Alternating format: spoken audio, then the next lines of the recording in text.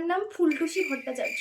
আসলে অনেক শখ করে ওর বাবা ওর নাম ফুলটুসি রেখেছে। আসলে আমাদের তো একটাই মেয়ে, তাই আমার মেয়ে হচ্ছে রূপে লক্ষ্মী গুণে সরস্বতী। নিজের মেয়ে বলে একটু বাড়িয়ে বলছি না দিদি, ওকে 7 চর মারলে ও একটু রাগ আসবে না। একটু আমার প্রতি একটু আশ্বাস বিশ্বাস রাখুন, আমার মেয়ে আপনাদের পরিবারকে খুব ভালো রাখবে। তার রান্না বান্না কাজকর্ম কিছু কি জানা আছে নাকি শুধু বাবার হোটেলে খাওয়াই হয় আর অন্য কিছু হয় না?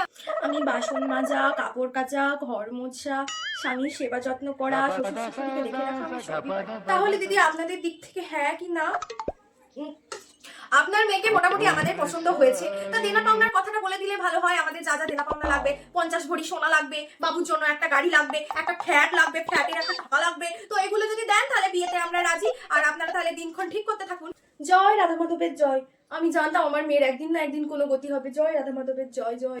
এখনকার দিনের পাত্রী দেখা। আচ্ছা মা, তোমার নামটা কি জানো? আমার নাম Sweety the queen. Sweety the queen? এ আবার কেমন ধারা নাম? আসলে আমার নাম হচ্ছে সুইটি। তো আমার ইনস্টা আইডি আছে সুইটি দা কুইন। আপনারা ইনস্টাতে একটু সার্চ করবেন সুইটি দা কুইন, আমাকে পেয়ে যাবেন। বুঝলাম বুঝলাম। তা বলছি তুমি কাজকর্ম ঠিক মতো সব পারো তো? হ্যাঁ আমি সব পারি। আমি রিলস বানাতে পারি, রিলসে নাচতে পারি, গান করতে পারি। একটু দেখাবো নাকি নাচ আর গান?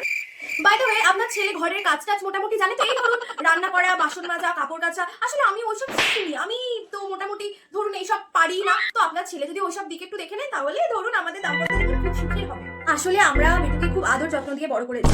ওর পাপা তো রান্না করে ওকে দেখতেই পারি না, আর আমিও কোনো কিছু করতে পারি না। আসলে বাড়িতে অনেক কাজের লোক, তাই ওকে আর দরকার হয় না।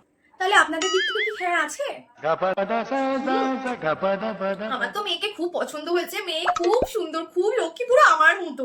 আর দেনা পাওনা আমরা তো মেয়েকে 3 ভরির একটা মালা দিচ্ছি সীতাহার, আর মেয়েকে একটা স্কুটি কিনে দেবো, মেয়েকে একটা আইফোন কিনে দেবো। আপনারা কোনো চিন্তা করবেন না, আমিও একটা সোশ্যাল ওয়ার্কার আছি, বুঝলেন তো? থ্যাংক গড আমার বেজুরও অবশেষে বিয়েটা ঠিক হয়ে গেল।